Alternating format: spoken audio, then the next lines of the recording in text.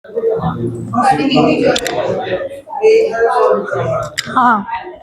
अरे तुम्हें लग रहा है ना मैम इन्हीं में से आएंगे, बट ये भी कम नहीं है ध्यांश। 1 2 1 1 2 3 4 5 6 5 सॉल्व प्रॉब्लम है और 4 5 अनसॉल्व्ड है। रट्टा मार ही नहीं सकते इन क्वेश्चन में, बिना अंडरस्टैंडिंग के रट्टा नहीं मार सकते। कल हमने 2 प्रॉब्लम्स करी थी, उसमें बच्चा डेंसिटी से मास निकाल रहा है, फिर सल्यूट का माइनस कर रहा है, फिर मोलालिटी के फॉर्मूले में पुट कर, उसमें कितना रट्टा मार लोगे बिना अंडरस्टैंडिंग के। चलो एक बार हो गया अब, और किसी का कोई डाउट है? 114 भी डाउट है? ठीक है, अब मेरी बात सुनो, बातें नहीं करनी प्लीज। 114 डाउट देख लो फिर हम आगे चले। Solve 114। Density of 1.65 molality of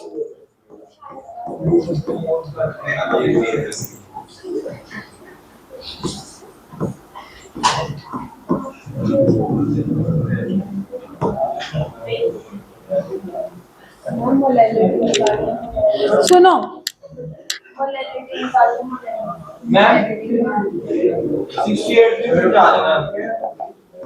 पहले तो जो बच्चे हैं चुप करना पड़ेगा तभी समझ आएंगी चीजें।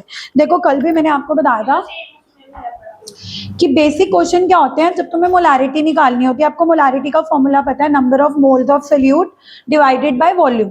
आपको नंबर ऑफ मोल्स निकालने आते हैं गिवन मास अपॉन मोलर मास। थिंग्स बिकम टफ जब आपको डी मोलालिटी हुई है, स्मॉल एम मतलब डी मोलालिटी, तो तुतला के बोलो मोलालिटी एल वाली, और निकालनी क्या है why. These are advance problem. पहले तो इस बात को समझा जाए, बेसिक प्रॉब्लम्स क्या होती हैं। जब बच्चा आता है उसको मोलारिटी का फॉर्मूला बताया जाता है कि तू लर्न कर ले पहले, number of moles of solute divided by volume. Number of moles कैसे निकालते हैं, गिवन मास अपॉन मोलर मास, नीचे क्या पुट करना है volume. And so many students basic फॉर्मूले में भी पता नहीं कहाँ अड़ जाते हैं। इंद्रजीत बातें नहीं करनी प्लीज, देखो ऑलरेडी 20 मिनट वेस्ट हो गया प्लीज। अब नाउ आई वांट, अब वो प्रॉब्लम तो फिर भी मैं बच्चों को करवा देती हूँ, लेकिन इस बार ये प्रॉब्लम्स हम एडवांस क्यों कर रहे हैं। अब ये क्या नाम है, ध्यान बातें नहीं। अब चलो let's try to solve it. सबसे पहले में निकालनी क्या है,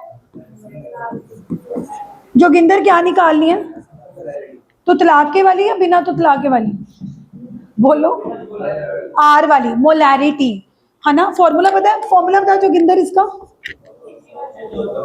नंबर ऑफ किसके, सॉल्यूट के अपॉन। देखो सबसे पहले तो आपको 0.5 मार्क्स इसका ही मिल जाएगा, पहले तो फॉर्मूला लिख लो। नाउ हमें गिवन क्या है, मोलैलिटी। पहले देखो molality 1.65। Everybody look at the board please, even if anyone is not giving the test you have to see। अब मेरी बात सुनो, मोलारिटी नंबर ऑफ मोल्स थी, बट हम नंबर ऑफ मोल्स नहीं निकाल सकते क्योंकि नंबर ऑफ मोल्स के लिए हमें चाहिए होता है गिवन मास। हमें मास थोड़ा गिवन है कि 20 gram of NaOH is added, फिर तो हम फटाफट given mass upon molar mass से निकाल लेते कि 20 ग्राम और NaOH का मोलर मास आता है निकालना, Na का 23, O का 140, फिर तो हमारा काम हो जाता। But why this tough, because number of mole निकाल तो सकते नहीं है। तो हम क्या करते हैं, जो हमें चीज गिवन है मोलालिटी, उसके बारे में सोचते हैं। मोलालिटी क्या होती है, मोलालिटी में तो यही होती है number of moles in exactly in 1 kg of solvent. अब ये तो और भी अच्छी बात हुई कि 1.65 ही नंबर ऑफ मोल्स हो गए। दोबारा समझो, वैसे number of moles usual questions में कैसे निकाला जाता है, given mass upon molar mass, but इस क्वेश्चन में मोलारिटी निकालनी थी तो हमें नंबर ऑफ मोल्स निकालने के लिए गिवन मास नहीं गिवन था। तो जैसे ही हमने देखा कि हमें गिवन क्या है, हमने देखा कि हमें मोलालिटी गिवन है। मोलालिटी होती है number of moles upon weight of solvent. नीचे सॉल्वेंट का वेट जब भी ना गिवन हो तो 1 kg ले लो, जब भी सॉल्वेंट का वेट ना गिवन हो तो क्या ले लो, क्योंकि मोलालिटी की डेफिनेशन देखोगे तो वो यही होती है कि 1 kg में कितने सॉल्वेंट। और 1 kg लेने से फायदा पता क्या हुआ कि डिनोमिनेटर 1 kg हो गया तो नंबर ऑफ मोल्स ही कितने आ गए। तो एक तो बहुत अच्छी बात हो गई कि ये नंबर ऑफ मोल्स हमारे 1.65 आ गए। यहां तक कोई दिक्कत? उल्टा मोलैरिटी का न्यूमरेटर वाला पार्ट तो आ ही गया। क्या आ गया? 1 पॉइंट। जोगिंदर पता लगा कि ये नंबर ऑफ मोल्स बिना निकाले गिवन मास अपॉन मोलर मास के 1.65 कहां से आ गए? With the help of molality. अब हमारा है कि नीचे हमें क्या चाहिए? वॉल्यूम। ये क्या है? मास। अब ध्यान से देखो प्लीज एवरीबॉडी, ये मास सॉल्वेंट का है, पूरे सोल्यूशन का नहीं है। मोलैलिटी कहती है कि नीचे सॉल्वेंट होता है, यहाँ पे पूरा, मतलब अगर किसी का दिमाग में ये आ रहा है कि मैम ये मास है, डेंसिटी गिवन है, तो density is equal to mass upon volume से वॉल्यूम निकाल लेते हैं। No, why?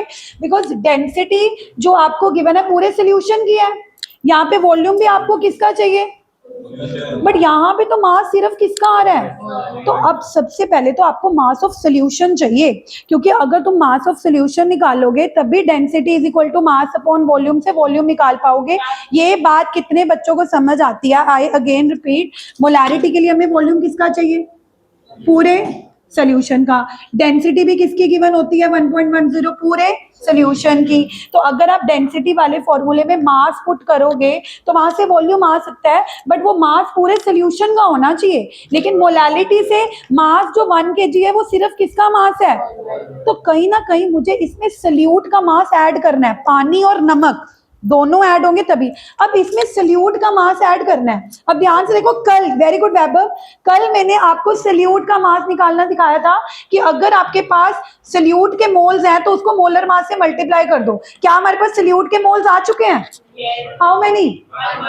एंड कल ही मैंने बोला था कि इस फॉर्मूले को रट लो, पी लो, खा लो, कि अगर हमें सल्यूट का मास निकालना है और सल्यूट के मोल्स आ चुके हैं तो उसको उसके मोलर मास से मल्टीप्लाई कर लो। किससे मल्टीप्लाई कर लो? अब जो ये पहली बार फॉर्मूला देखेंगे वो कहेंगे क्या क्या याद करना है, mass of solute is equal to number of moles into its molar mass. लेकिन जिन्होंने कल क्लास लगाई थी, आज दूसरी बार ये फॉर्मूला थोड़ा सा और अच्छा लगा, तीसरी बार तक रट जाएगा कि सॉल्यूट का मास कैसे निकालते हैं। बोलो, सॉल्यूट के मोल्स इनटू मोलर मास कितना होगा NaOH का?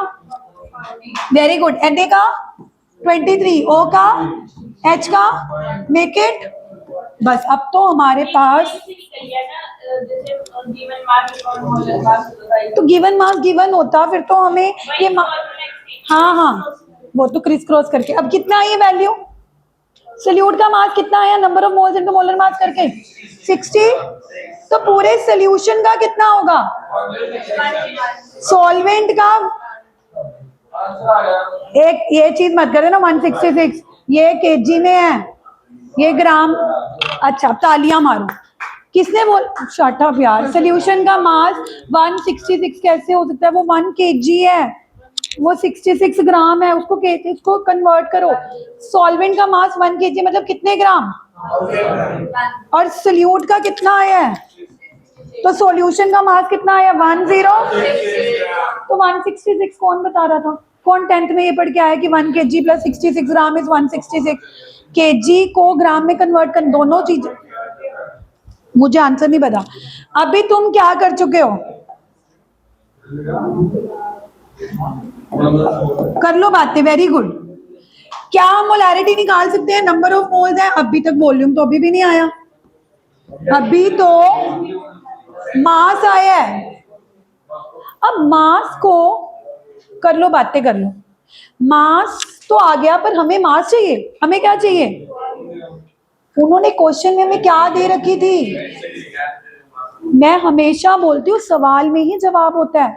सवाल में उन्होंने क्यों डेंसिटी दे रखी थी? क्योंकि उनको पता था कि आप मास निकाल लोगे, लेकिन वॉल्यूम में कन्वर्ट करने के लिए आपको किसकी जरूरत पड़ेगी? Density. Density is equal to mass upon. सवाल में ही जवाब। सवाल में आपको डेंसिटी दे रखी थी ताकि density is equal to mass upon volume, लेकिन वो मास सोल्यूशन का होना चाहिए। वो हम निकाल चुके हैं सोल्यूशन का मास 1066। डेंसिटी कितनी गिवन है गाइस? और नीचे वॉल्यूम ऑफ सोल्यूशन। अब वॉल्यूम उधर जाएगा, volume of solution is equal to 1066 upon, और ये ml में आएगा क्योंकि ये पुट करते हैं इधर 1066 अपॉन, और 1000 से मल्टीप्लाई करेंगे क्योंकि जब भी सोल्यूशन मिलीलीटर में आता है तो यहां से क्या आंसर आ रहा है? ml में 969.1 9 oh no no no, molarity कितनी आ रही है? 1 मोलर। देखो, जिन लोगों ने बेसिक प्रॉब्लम्स भी नहीं करी हुई वो तो सोच रहे होंगे कि मैम पागल हो गया, ये कुछ कुछ होकर आई हो रहा है, तो वो डरो मत, क्योंकि उनको तो अभी बेसिक फॉर्मूलेज हम करवाएंगे कि मोलारिटी क्या होता है भाई, number of moles upon volume of solution, number of moles कैसे निकालते हैं, गिवन मास अपॉन। लेकिन ये एडवांस क्यों थी? क्योंकि मोलारिटी निकालनी थी, दी क्या हुई थी? मोलालिटी को इंटरप्रेट करना सीखो कि मोलालिटी क्या होती है, नंबर ऑफ मोल्स अपॉन। और नीचे 1 kg लेने से फायदा क्या होगा कि नीचे 1 हो गया तो नंबर ऑफ मोल्स वही आ गए जो मोलालिटी है, यानी कि नंबर ऑफ मोल्स कितने आ गए? 1 point.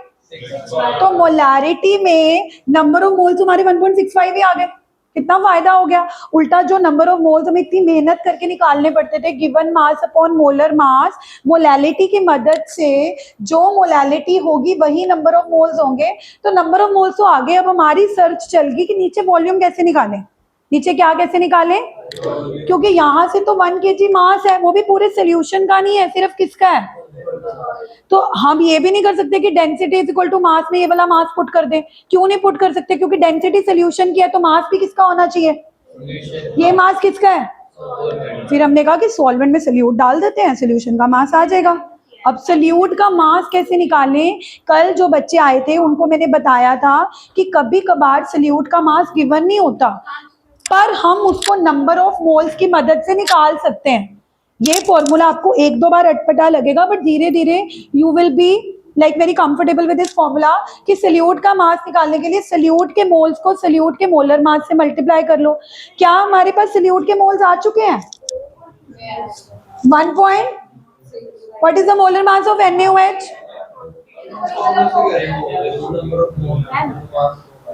Number of moles equal to given mass upon, वहीं से तो निकाला है। अध्यांश बोल रहा है कि आपने गिवन मास सोल्यूट का निकालना है, तो हमने number of moles is equal to given mass, वहां से गिवन मास निकाले, ये वहीं से तो फॉर्मूला आया है। जब मैं आपको बोल रही हूँ, अध्यांश तो मेरे जैसा स्टूडेंट है, वो कहता है कि मैम मेरे को आप इतने फॉर्मूले मत रटवाओ कि सोल्यूट का मास निकालने के लिए नंबर ऑफ मोल्स को मोलर मास से मल्टीप्लाई करना है। शट अप एवरीबॉडी, मैंने तो ये फॉर्मूला याद कर रखा हुआ है कि number of moles is equal to given mass upon.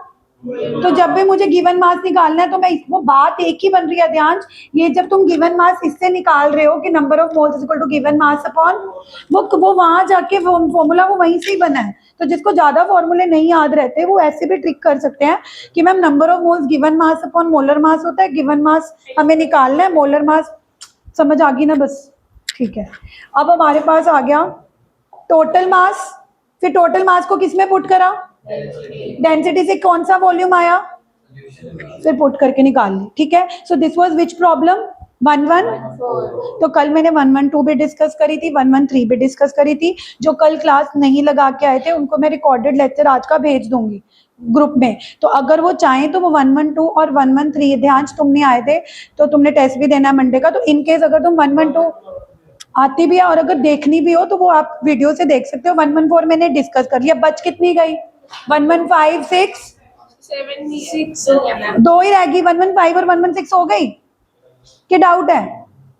चलो अब मेरी बात सुनो, आज घर जाना, अगर अभी भी किसी को आती है प्रॉब्लम और ग्रुप में भी मैसेज करने में शर्म आती है तो इंडिविजुअली ग्रुप में भेज देना कि ma'am I am not able to do this problem, can you please explain it. तो मैं आपको पूरी वीडियो बना के सॉल्व करके बोल बोल के आपको भेज दूंगी। माई कंसर्न इज कि यू बस जस्ट डू इट, आपको जो बस करना ही करना है। और सिर्फ सिर्फ नए बच्चों को ये प्रोविजन दे रही हूँ क्योंकि उनके लिए एडवांस प्रॉब्लम्स हार्ड हो सकती हैं, क्योंकि उन्होंने भी बेसिक वाला टेस्ट भी नहीं दिया। तो पहले आप मंडे को आना, मैं आपको टॉपिक समझा दूंगी, 2 दिन तक आप बेसिक वाला टेस्ट दे देना, उसके बाद अगले 2 दिन तक आप एडवांस वाला दे देना, तो you all will be at the same pace. चलो आगे चलते हैं। कल हमने शुरू करी थी classification of elements, 3rd chapter, और हमने देखा था बनवाओ, हाँ हाँ लिखवा भी दूंगी, अभी थोड़ा सा चैप्टर तो शुरू करें। कल हमने शुरू करा था कि अगर हम एलिमेंट्स को क्लासिफाई नहीं करेंगे, अगर ऐसे एलिमेंट्स को क्लासिफाई नहीं करेंगे तो 118 एलिमेंट्स की स्टडी करनी कितनी मुश्किल हो जाएगी, है ना। तो बड़े सारे साइंटिस्ट आए। सबसे पहले कौन सा साइंटिस्ट आया था जिसने एलिमेंट्स को क्लासिफाई करने की कोशिश करी थी? नहीं, मेंडलीव नहीं। सबसे पहले कौन आया था? डॉबर्नियर। तुम क्या बोलते हो? डोरेमोन? क्या? डॉबर्नियर। डॉबर्नियर ने तीन तीन ग्रुप के एलिमेंट्स, ये तो क्लियर था ना। बीच वाले एलिमेंट का वेट पहले और तीसरे का किसके बराबर आ रहा था? एवरेज। जैसे चेक करो, लिथियम का 7,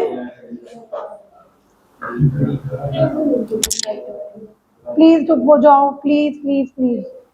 So Daubeney, you know, it tried to make group of three elements, triads. What we call them? A group of 3 elements is known as. उसने ना क्या करा, उसने एलिमेंट्स विद सिमिलर प्रॉपर्टीज को तीन तीन एलिमेंट्स के ग्रुप में डालने की कोशिश करी। और उस ग्रुप की खास बात क्या थी कि जो मिडिल एलिमेंट का वेट था वो पहले और तीसरे के एवरेज के बराबर आ रहा था। जैसे 7 और 39 का एवरेज निकालो, 46/2 इट इज 20। ऐसे उसने एक और ग्रुप बनाया। रिफ्लेक्शन बढ़ रही है। ऐसे उसने दूसरा ग्रुप कौन सा बनाया बोलो? Calcium, strontium and.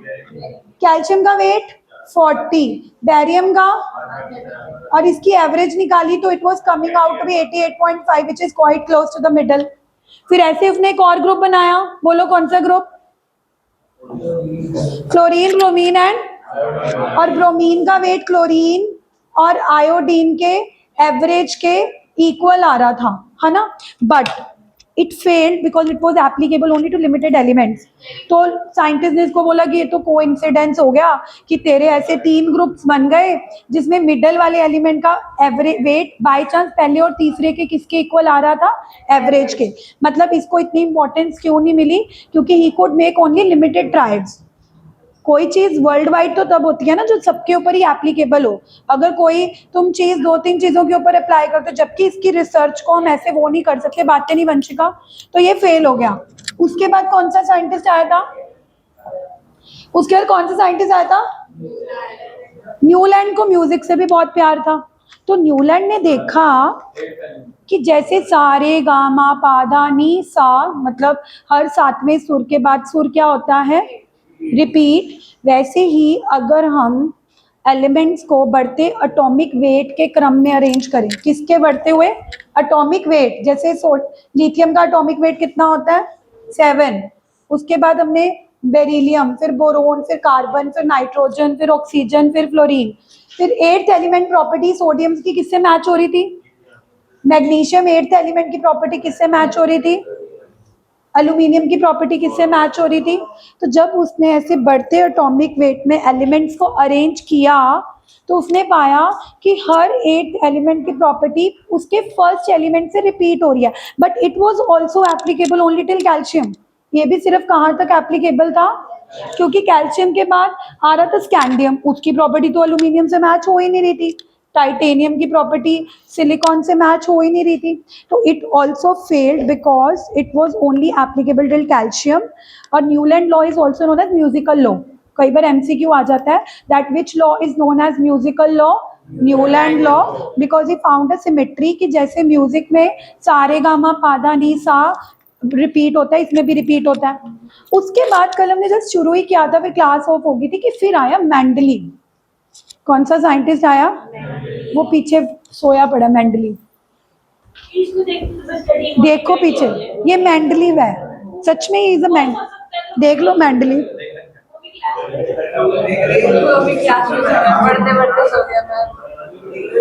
देखो जो जो ज्यादा पढ़ते हैं, जो ज्यादा रिसर्च करते हैं, नींद भी उनको ही आती है ना।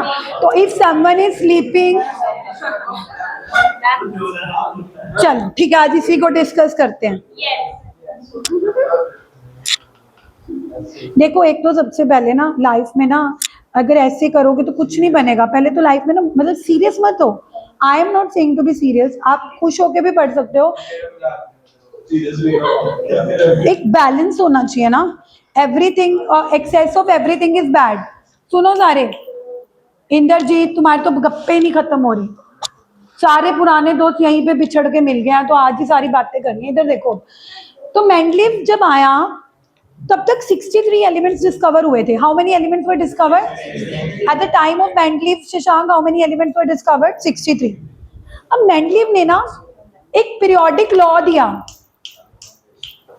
Mendeleev was the first scientist to come with a periodic law. उसने ना एक लॉ दिया कि atomic and physical properties are periodic function of atomic weight. I again repeat, क्योंकि ये लॉ सीधा सीधा आता है। Periodic atomic and physical properties, कौन सी properties? Atomic and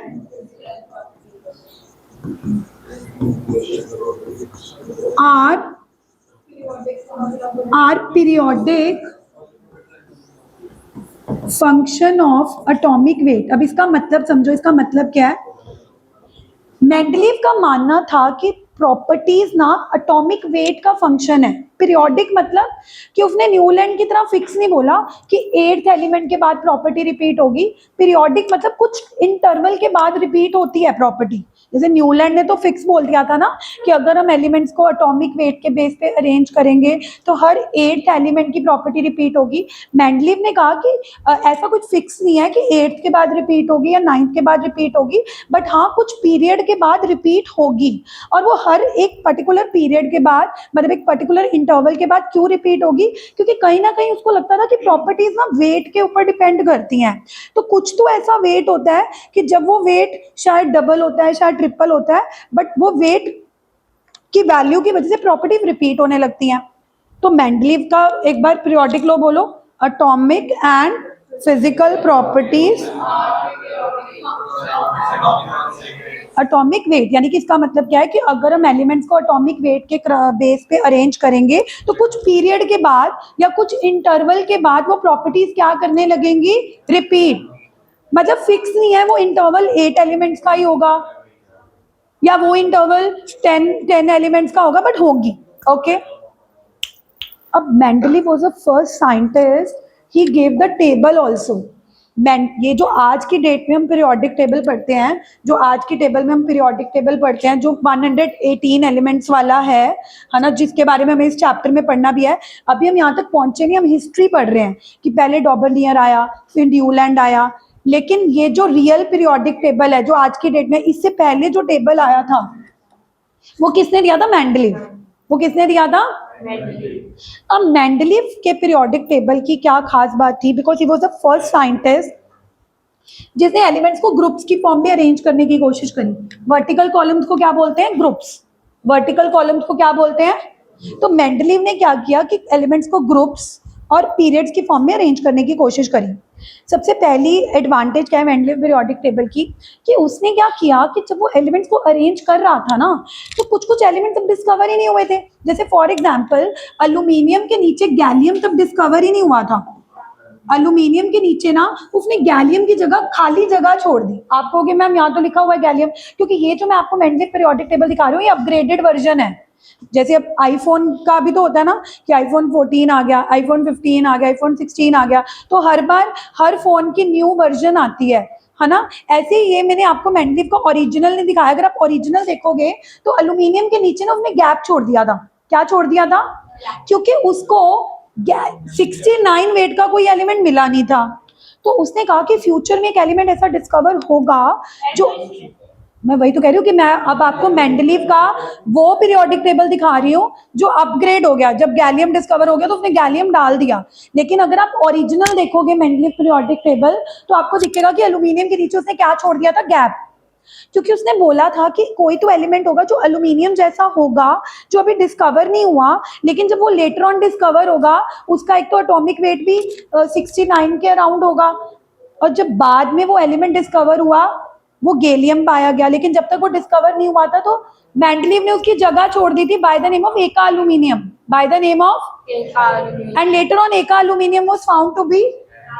So in a way Mendeleev helped in the discovery of new elements. One of the advantage of Mendeleev was that it helped in the discovery of new, एक तो advantage है कि he helped in systematic और organise study of elements, क्योंकि उसने elements को group और periods की फॉर्म में। डाउट्स, इसमें भी डाउट होता है, बोलो चिराग है। हाँ आप पहले जो चीज चल रही है ना उस पर फोकस करो। इधर Vaibhav, power, your power, please focus. Adhyansh please पढ़ो। और उसने एक और गैप छोड़ा था सिलिकॉन के नीचे, एका सिलिकॉन, 2 गैप छोड़े थे, 1 for एका and 1 for एका, and later on these elements were discovered to be found gallium and उनका वेट वही मिला जो मेंडलीव ने बताया था कि इन वेट्स के ये एलिमेंट डिस्कवर होंगे, और एक अल्यूमिनियम जैसा होगा और एक सिलिकॉन जैसा होगा। तो no doubt Mendeleev got a very big credit of discovering new elements. लेकिन मेंडलीव में कुछ खामियां भी थी, लिमिटेशन देखें। मेंडलीव ने क्या कहा था कि एलिमेंट की प्रॉपर्टीज कब रिपीट होती हैं, जब हम उनको बढ़ते एटॉमिक वेट के बेस पे अरेंज करते हैं। देखो बढ़ते हुए एटॉमिक, यहाँ पे वेट 6 है, 9 है, 10 है, बढ़ रहा है ना। लेकिन अगर आप तुम ध्यान से देखो, यहाँ पर एक एलिमेंट मैं आपको दिखाती हूँ, यहाँ पे वो डाला ही नहीं है, सो स्टूपिड। हाँ ये है, यहाँ पे आर्गन का वेट देखना 40 दिख रहा है, यहाँ पे आर्गन का वेट दिख रहा है तुम्हें 40, और बाद में क्या दिख रहा है 39। अगर वो बढ़ते वेट के फॉर्म में अरेंज कर रहा था तो पोटेशियम को पहले आना चाहिए था। If he was arranging the elements in the increasing atomic wait, क्योंकि वो क्लेम कर रहा था कि प्रॉपर्टीज तब रिपीट करती हैं जब अटोमिक वेट बढ़ता है, तो उस हिसाब से तो पहले पोटेशियम को डालना चाहिए था, फिर आर्गन को डालना चाहिए था। बट उसने देखा कि अगर मैं पोटेशियम को पहले डालता हूँ 39 को, तो पोटेशियम की प्रॉपर्टीज नियॉन से मैच नहीं हो रही, और आर्गन 40 की प्रॉपर्टी सोडियम से मैच नहीं होती। तो उसने अपने आप ही ऑर्डर चेंज कर दिया, just to match the properties. उसने पोटेशियम बाद में रख दिया और आर्गन पहले रख दिया। तो साइंटिस्ट ने बोला कि तेरा तो रूल ही फेल हो गया, जब तू ये बोल रहा है कि एलिमेंट की प्रॉपर्टीज एटॉमिक वेट के बढ़ने से रिपीट होती हैं, तो यहाँ पे एटॉमिक वेट कम क्यों हो रहा है? And he had no answer, क्योंकि असल में तो प्रॉपर्टीज एटॉमिक के वेट के बढ़ने से रिपीट नहीं होती, एटॉमिक नंबर के बढ़ने से वेट होती है। देखो यहाँ पर अगर आप ध्यान दो, यहाँ पे आप ध्यान दो, पोटेशियम को पहले इसीलिए रखा जाता है क्योंकि पोटेशियम का एटॉमिक नंबर कितना होता है?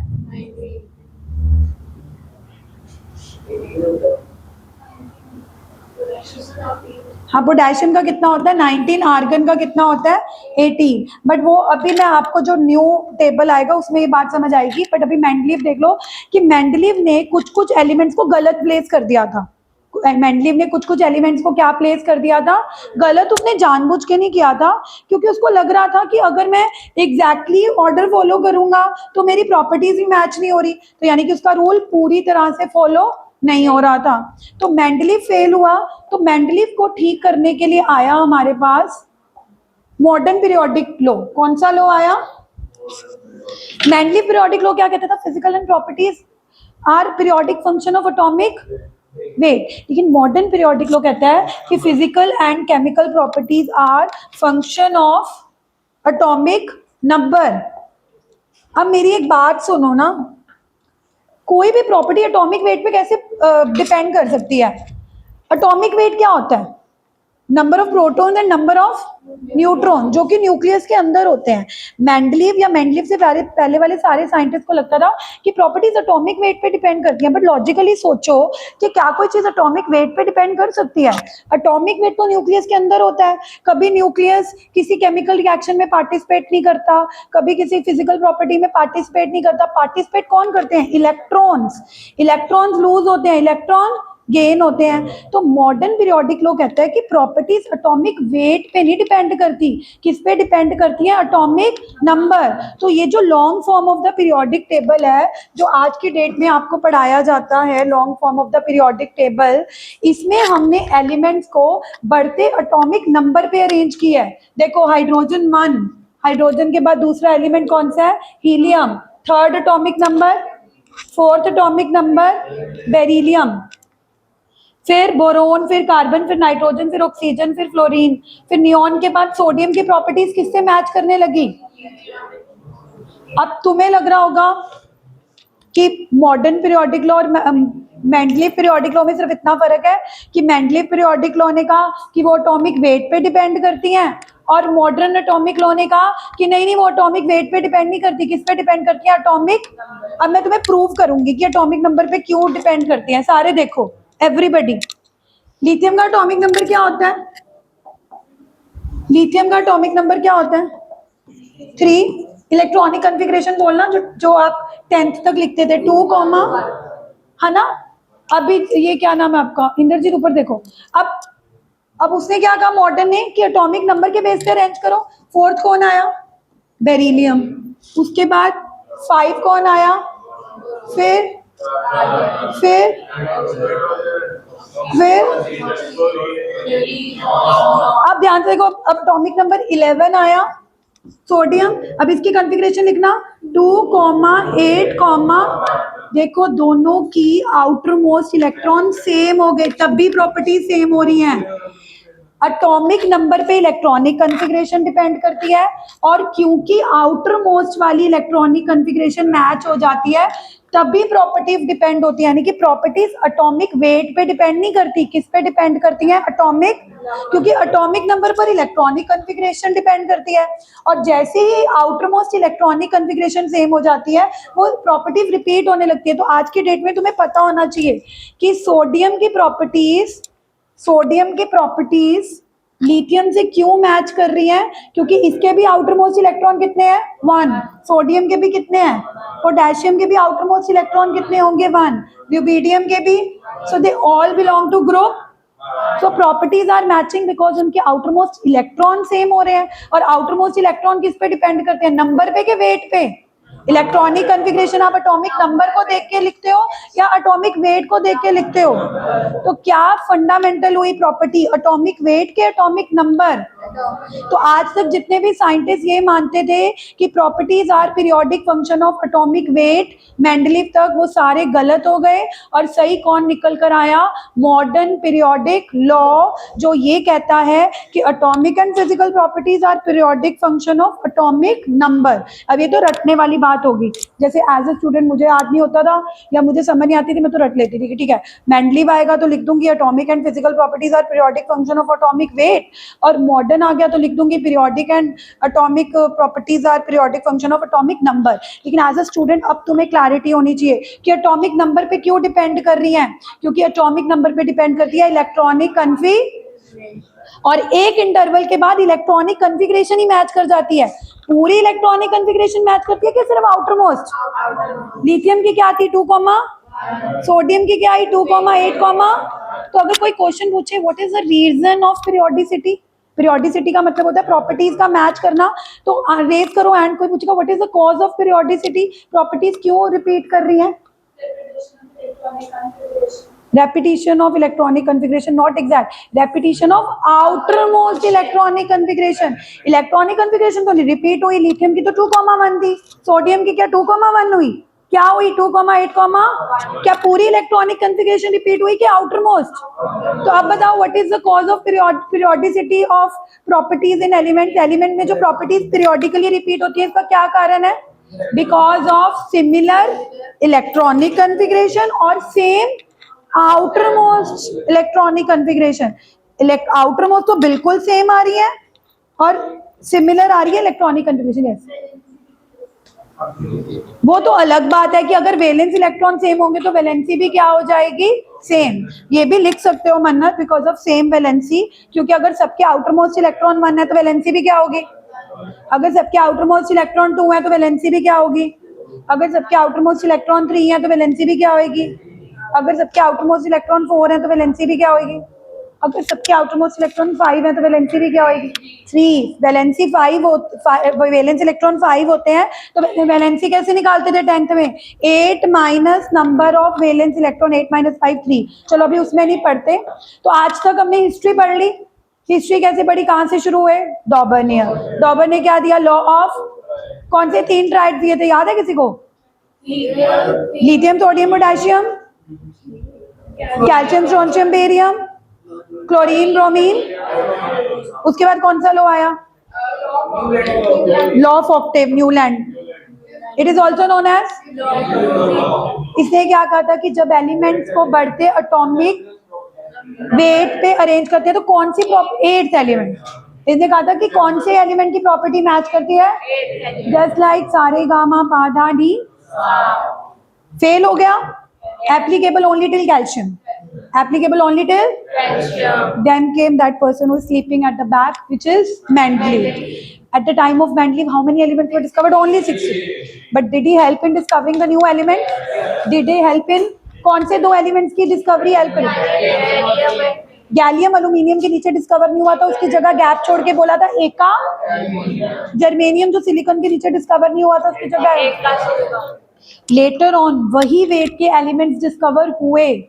अल्यूमिनियम के नीचे eka aluminium came out to be gallium, and silicon के नीचे eka silicon came out to be germanium. But Mendeleev ने थोड़े घपले भी करे।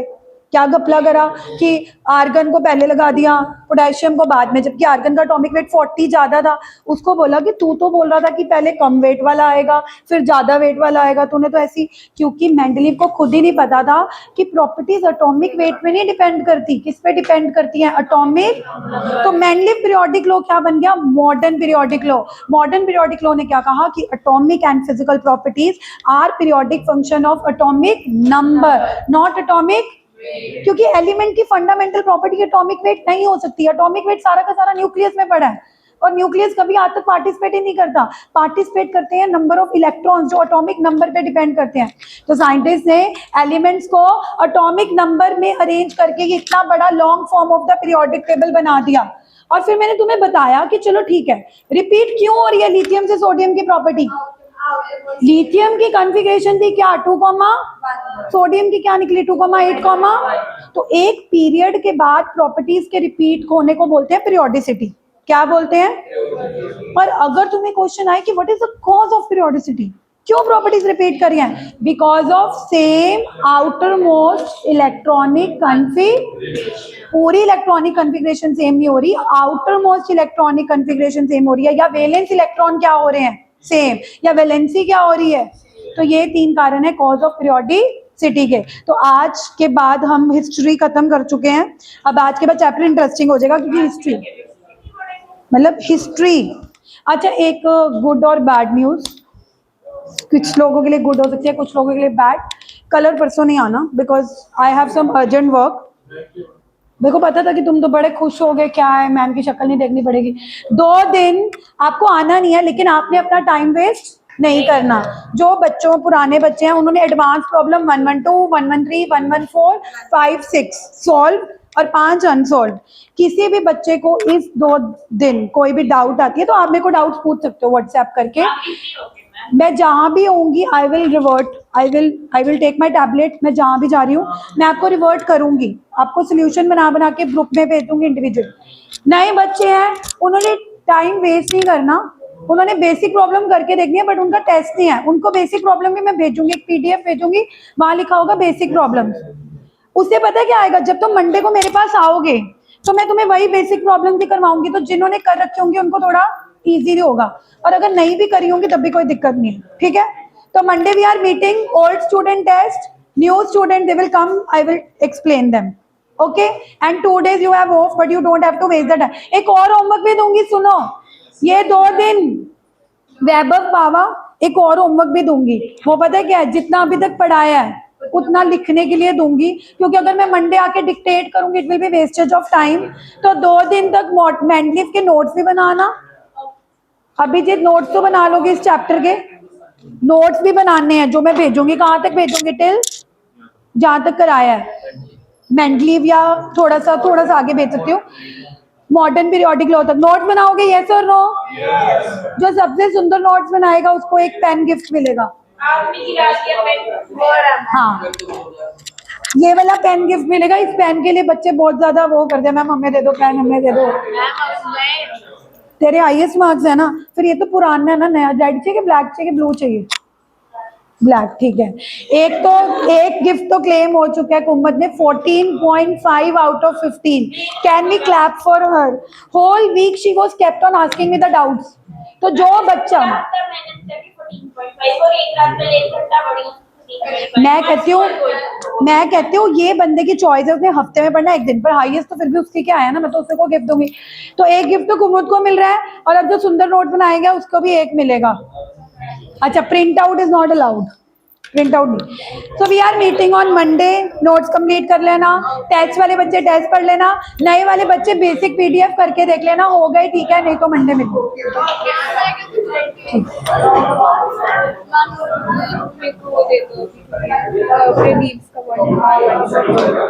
जब करने ये वाली प्रॉब्लम है, प्रदीप नंबर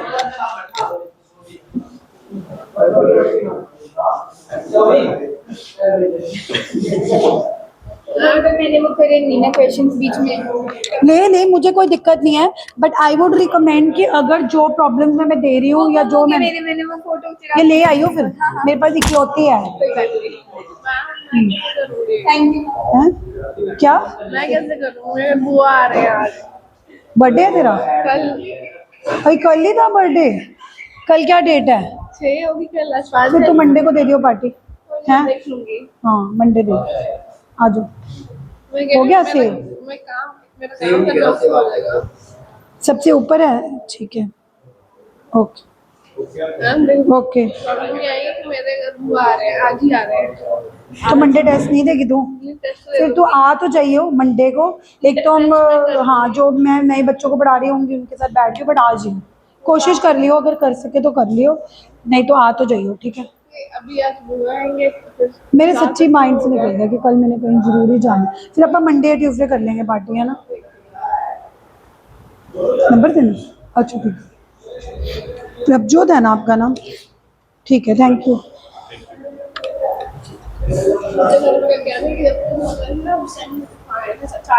क्योंकि ये टाइम मानसून वाला होता है। हाँ ऐसे बारिश में मेरा बर्थडे पहले बर्थडे जून की पहली बारिश मेरे बर्थडे पे आती है, अब तक हर साल आती है।